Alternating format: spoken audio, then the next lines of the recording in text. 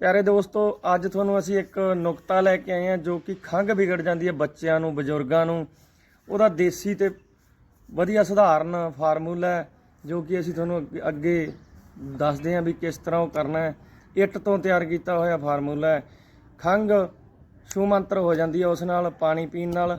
It sari अगे तुहानूं दिखाउणे आ भी वो किस तरह साड़ी है ते किवें वो करना हैगा। लै भाई, ये हुण नाले तां असीं कीता पानी तत्ता ते नाले कीती इट गर्म। घट्टो घट्ट 20-25 मिनट लाए ते इट गर्म हो गई। हुण असीं इट नूं बाहर कढदे हैं, तुहानूं दिखाउणे आ भी किस तरह इहदे नाल कीता जाऊगा।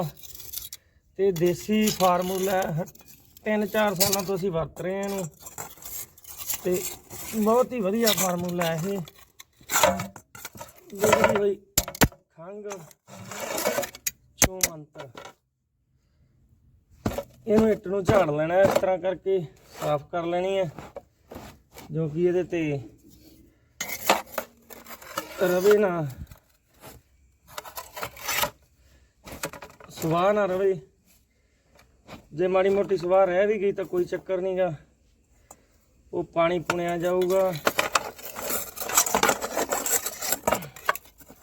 पानी पुण के साफ हो जाऊगा। हुण असीं इस इट नूं पाउण लगे हैं बाल्टी दे विच।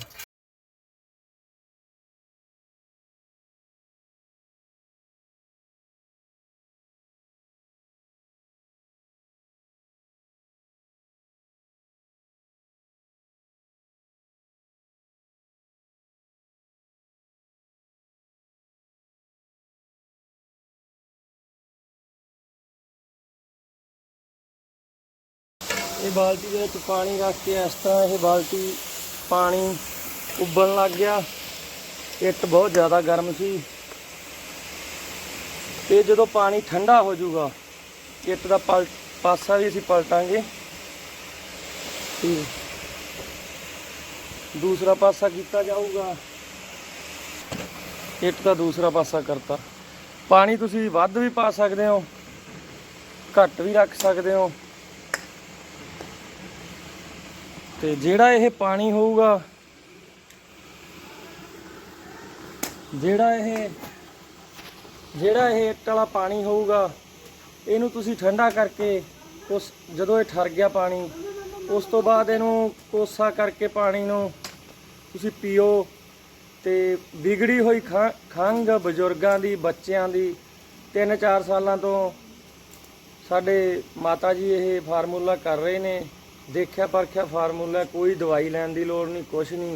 इट गर्म करके उहदा पानी ठंडा करके पीओ। जो पानी पीना है सारा दिन यही पानी पीना है। पानी तुसीं वधा भी सकते हो, घटा भी सकते हो।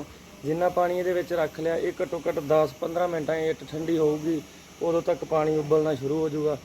सारे जाने ट्राई करके देखियो तो बाद दे विच दस्सिओ भी किस तरह लग्गिया। तो वीडियो नूं शेयर जरूर करियो, किसी दे काम आ सके।